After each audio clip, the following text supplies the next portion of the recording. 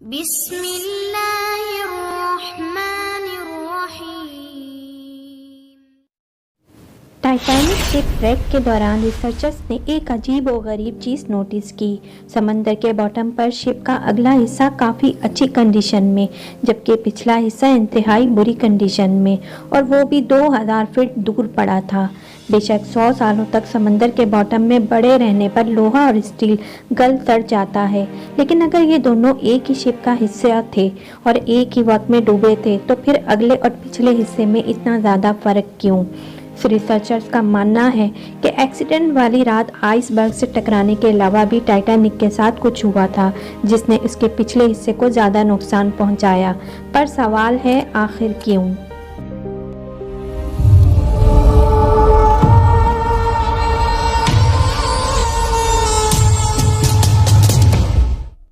नाजरीन, 1912 में जिस रात टाइटैनिक के साथ हादसा पेश आया था, उस वक्त वो कनाडा के न्यूफाउंडलैंड से 700 किलोमीटर दूर अंधेरे समंदरों के बीच अकेले मौजूद थी। हादसे के वक्त उसमें टोटल 240 लोग सवार थे, जिसमें से 1500 लोग अपनी जान गंवा बैठे। वो जिसको अनस्कैम्बल कहा जाता था, वो कुदरत की ताकत के सामने देखते ही देखते काले समंदर की नज़र हो गई। इस हादसे के चश्मदीद गवाह आई विटनेस सिर्फ वो लोग थे जो किसी तरह शिप से निकलकर अटलांटिक ओशन के ठंडे पानी में कूद गए थे। आइसबर्ग टकराने से लेकर शिप के डूबने तक जो कुछ भी हुआ, उसका रिकॉर्ड इन आई विटनेस के सिवा और किसी के पास नहीं था, जो कि खुद ठंडे पानी से लड़ने में मसरूफ थे। पहली रेस्क्यू शिप RMS काटिया भी टाइटैनिक डूबने के 1.5 घंटे के बाद वहां पहुंची थी।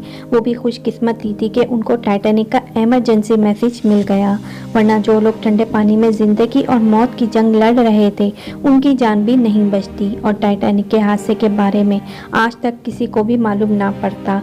इन्वेस्टिगेशन के दौरान पहले तो किसी को भी मालूम नहीं था कि शिप के साथ हुआ क्या है, लेकिन फिर बचने वालों ने बताया कि शिप के एक आइसबर्ग से टक्कर हुई थी। इन बयानात को मौके पर मौजूद आइसबर्ग को देखकर कंफर्म भी किया गया, जिस पर टाइटैनिक का रेड पेंट अभी तक लगा हुआ था।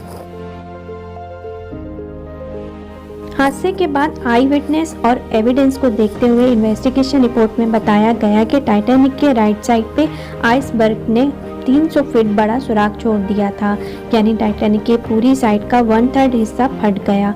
और दूसरी तरफ आई विटनेस का कहना था कि शिप को डूबने में करीब 2.5 घंटे लगे थे। इन्वेस्टिगेटर्स का मानना है कि अगर आइसबर्ग ने वाकई टाइटैनिक पर 300 फीट बड़ा सुराख छोड़ा था, तो इसको 2.5 घंटे में नहीं बल्कि चंद मिनटों में ही डूब जाना था। पर सच्चाई क्या थी, ये उस वक्त किसी को भी मालूम ना पड़ सका। सच्चाई जानने के लिए ज़रूरी था कि टाइटैनिक शिप को ढूंढा जाए। कई सालों तक टाइटैनिक की तलाश जारी रही और हर गुजरते साल ये मिस्ट्री और ज़्यादा संगीन होती गई। आखिरकार 73 ईयर्स के बाद जब टाइटैनिक का मलबा मिला, तो ये मैरियम इंडस्ट्री के लिए एक बहुत बड़ा ब्रेक टर्न था। वो सारे सवालात जो टाइटैनिक अपने पीछे छोड़कर गई थी, उनके जवाब ढूंढने का वक्त आ चुका था। अटलांटिक ओशन की 4000 मीटर गहराई में पिछली कई दहाइयों से टाइटैनिक का मलबा काले अंधेरे में मौजूद था। कई एक्सपीडिशंस अरेंज किए गए, जिन्होंने शिप रैक की लातादाद फोटोज कैप्चर की। ओशन एक्सप्लोरर PH नॉर्शले ने 30 से ज़्यादा मरतबा टाइटैनिक के मलबे का दौरा किया है, लेकिन उन्होंने 300 फीट बड़ा सुराख एक बार भी नहीं देखा। अलबत्ता टाइटैनिक की इस प्रोफाइल फ़ोटो में 300 फीट का ये एरिया जाहिर करता है कि यहाँ पर कोई चीज़ आकर लगी थी। इसका एरिया सिर्फ 11 स्क्वायर फीट बनता है और कैलकुलेट्स के हिसाब से देखा जाए तो इसमें से 370 गैलन पानी हर सेकंड टाइटैनिक के अंदर जमा हो सकता था। इस स्पीड से पानी भरने का मतलब है कि पूरी शिप में पानी टोटल 2.5 घंटे में भरा होगा। और आई विटनेस के मुताबिक टाइटैनिक को डूबने में भी 2.5 घंटे ही लगे थे। यानी एक मिस्ट्री तो सॉल्व हो गई कि टाइटैनिक में 300 फीट बड़ा सुराख नहीं था, बल्कि सिर्फ 30 फीट बड़ा क्रैक पड़ा था। और ये अकेली ही एक मिस्ट्री नहीं थी, अभी और भी काफ़ी कुछ जानना बाकी था। टाइटैनिक शिप रैक पर इन्वेस्टिगेशन के दौरान रिसर्चर्स को ये समझ नहीं आ रहा था कि शिप का अगला हिस्सा, जिसे पाव कहते हैं, वो इसके पिछले हिस्से यानी स्टर्न से ज़्यादा अच्छी हालत में कैसे पड़ा है, और इन दोनों के दरमियान इतना ज़्यादा फासला क्यों है। इस मिस्ट्री को सुलझाने के लिए हाईटेक सोनार स्कैनिंग टेक्नोलॉजी का सहारा लिया गया। आरओप्स ने डैंग शिपरेक साइट की लाखों फोटोज कैप्चर की और फिर इनको कंप्यूटर ग्राफिक्स की मदद से एक 3D मॉडल में कन्वर्ट किया। इस मॉडल में वो तमाम डिटेल्स भी थी जिनको नॉर्मली कोई कैमरा या इंसानी आंख नहीं देख सकती। मॉडल में देखा जा सकता है कि 392 फीट लंबे स्ट्रैंड के तमाम डैगर्स एक दूसरे के अंदर ऐसे घुसे हुए हैं जैसे ये स्टील के नहीं बल्कि कागज़ की शिप हो। मुख्तलिफ पार्ट्स शिप से अलग होकर इस आसपास बिखरे हुए हैं। सिर्फ इसमें लगे तो किसी घर की साइज जितने बड़े इंजन हैं जो इसके साथ जुड़े हुए हैं। इसी मॉडल में एक और अहम इशारा भी छुपा है और वो इशारा जो स्टॉर्म की इस हालत के बारे में बता रहा है। 110 साल पहले स्टॉर्म जब ओशन फ्लोर से आकर टकराया तो उसके निशानात आज तक यहाँ छुपे हुए हैं, जिनको सिर्फ 3D मॉडल के ज़रिए ही देखा जा सकता है। इन निशानात से जाहिर होता है कि स्टॉर्म जिस वक्त ओशन फ्लोर से टकराया तो वो एंटी क्लॉकवाइज घूम रहा था। साइंसदान इन निशानात से अंदाज़ा लगा सकते हैं कि स्टॉर्म उस वक्त हैरत अंगेज़ तौर पर 80 किलोमीटर पर आवर की स्पीड से पानी के अंदर जा रहा था। शिप का पिछला हिस्सा जब इतनी स्पीड से पानी की गहराई में जा रहा था तो पानी से पैदा होने वाली फोर्सेस ने शिप के लोअर पार्ट्स को उखाड़ दिया और जब वो 4 किलोमीटर नीचे ओशन फ्लोर से टकराया तो उसके सारे डेक्स एक दूसरे के अंदर धंस गए। दूसरी तरफ जैसा कि आप देख सकते हैं कि बाउ सेक्शन फ्रंट सेक्शन का डिज़ाइन हाइड्रोडायनामिक है, यानी ये पानी को आसानी से काट सकता है। बिल्कुल इसी तरह जैसे शिप पानी ये पे फ्लोट करते वक्त पानी को काटकर अपना रास्ता बनाती है।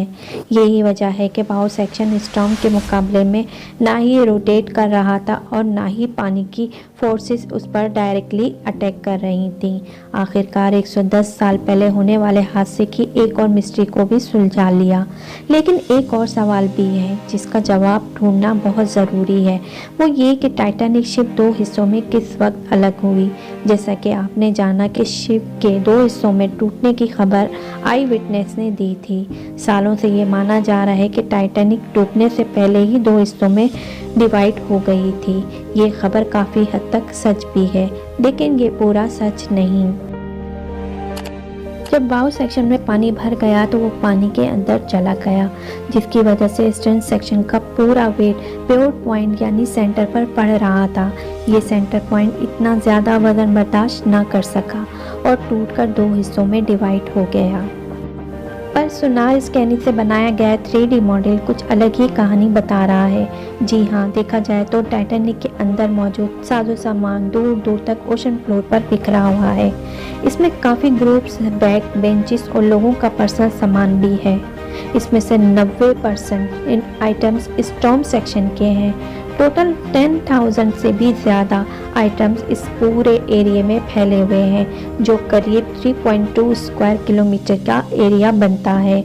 अगर तो ये सेक्शन पानी के ऊपर ही वाव सेक्शन से अलग हो जाता तो इसका मतलब है कि ओशन फ्लोर पर पहुंचते पहुंचते इसका मलबा 3.2 स्क्वायर किलोमीटर नहीं बल्कि इससे भी ज़्यादा बड़े एरिया पर फैलता, जैसा कि आप इस एनिमेशन में भी देख सकते हैं। लिहाजा एक्सपर्ट्स का मानना है कि ये सेक्शन टूट तो पानी के ऊपर ही गया था, लेकिन ये बाउ सेक्शन से अलग ओशन फ्लोर के करीब आकर हुआ है और फिर रोटेट होता होता अपनी डायरेक्शन बदल गया और 2000 फीट दूर जाकर गिरा। आज RMS टाइटैनिक की बॉडी पूरी तरह से रस्ट हो चुकी है। साइंसदानों का मानना है कि ओशन की इस गहराई में ऑक्सीजन बहुत कम होता है, जिसकी वजह से रेस्टिंग प्रोसेस भी बहुत स्लो होता है। लेकिन जंग के कुछ सैंपल्स को निकालकर जब टेस्ट किया गया तो मालूम पड़ा कि इस जंग बैक्टीरिया से रिलीज होने वाले ऑक्सीजन की वजह से लगा है। एक्सपर्ट्स का मानना है कि जिस तेजी से इस पर जंग लगता जा रहा है, आने वाले चंद सालों में टाइटैनिक के सारे फ्लोर्स एक दूसरे पर गिर जाएंगे और फिर ये अपनी असली शक्ल हमेशा हमेशा के लिए खो देगी। उम्मीद है इस्लामिक वर्ल्ड WS की ये वीडियो भी आपको पसंद आई होगी। आप लोगों के प्यार भरे कमेंट्स का बेहद शुक्रिया। मिलते हैं अगली शानदार वीडियो में।